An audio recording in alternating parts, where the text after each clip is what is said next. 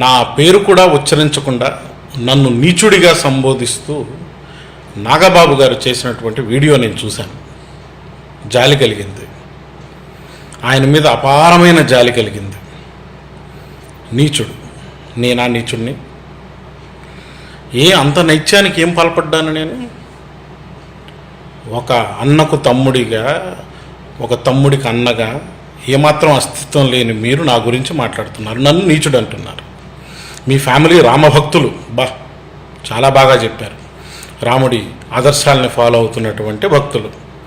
జనాల్ని మోసం చేయడం, ప్యాకేజీలు దండుకోవడం, ఉన్న పార్టీలను అమ్ముకుని వేరే పార్టీలోకి వెళ్ళి కలవడం, జబర్దస్త్ లాంటి ఒక పిచ్చి షోకి సమాజాన్ని మీరు సమాజాన్ని చాలా ఉద్ధరణ చేస్తున్నారు, నేనే సమాజానికి ప్రమాదం. అలాంటి షోలలో జడ్జిగా కూర్చొని పిచ్చి నవ్వులు నవ్వుతూ ఉంటాడు. ఇది మీ కాంట్రిబ్యూషన్ సొసైటీకి. మీరు హిందువు. ఇక రాముడి ఆదర్శం గురించి మీ ఫ్యామిలీలో ఎంత బాగా పట్టుదలగా ఉంటారు అనేది మా అందరికీ బాగా తెలుసు.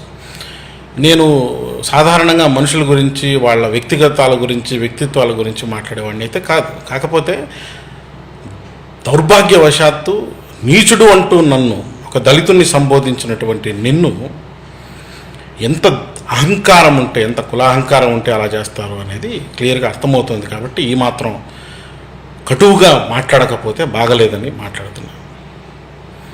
అంటే ఇంకొకటి ఏంటంటే, సెక్యులర్ హిందువు. ఎక్కడి నుంచి వచ్చారండి మీరు సెక్యులర్ హిందువులు? దళితుల మీద దాడి జరుగుతున్నప్పుడు మీ నోట్లు ఏమైపోయాయి? ఏం పెట్టుకున్నారు మీ నోట్లో? ముస్లింల మీద దాడి జరుగుతున్నప్పుడు మీరు ఏం చేస్తున్నారు? మోడీ గారి భజన చేస్తున్నారా?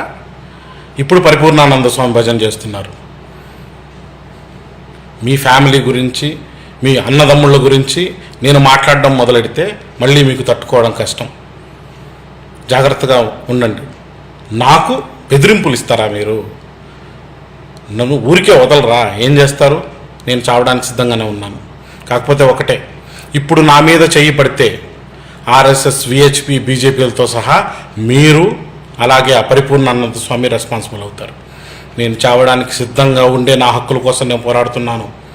నా వాక్ స్వాతంత్రం కోసం నేను పోరాడుతున్నాను. నా భావ ప్రకటన స్వేచ్ఛ గురించి నేను పోరాడుతున్నాను. మీలాగా ఇంకొన్ని మాటలు నా చేత అనిపించకండి. మీ మాటలు సక్రమంగా ఉండి, మీ చేతలు సక్రమంగా ఉంటే ఎవరు మీ జోలికి రారు, ఎవరు నా జోలికి రావాల్సిన అవసరమూ లేదు. నేను చెప్పింది ఏదో కనీసం అర్థం కూడా కానీ మీరు, అజ్ఞానంలో కొట్టుకుంటున్నటువంటి మీరు నాకు వార్నింగ్లు ఇస్తారా? నన్ను నీచుడు అంటారా? ఇదే పందా మీరు కొనసాగించండి. మీ రాజకీయ జీవితం, మీ సినిమా జీవితం ఎంత దౌర్భాగ్యమో అందరికీ ఎలుగెత్తి చాటే రోజు ఒకటి వస్తుందని మాత్రం గుర్తుపెట్టుకోండి. మీ పతనానికి మీరే మూలం చేసుకుంటున్నారు. మీ సామాజిక పతనానికి మీరే పునాది తవ్వుకుంటున్నారు ఇలాంటి మాటల ద్వారా అని మీరు గుర్తించే రోజు ఒకటి వస్తుందని ఆశిస్తున్నాను. అలాగే మీరు హద్దుల్లో ఉంటే మరింత బెటర్ అని నేను కోరుకుంటున్నాను.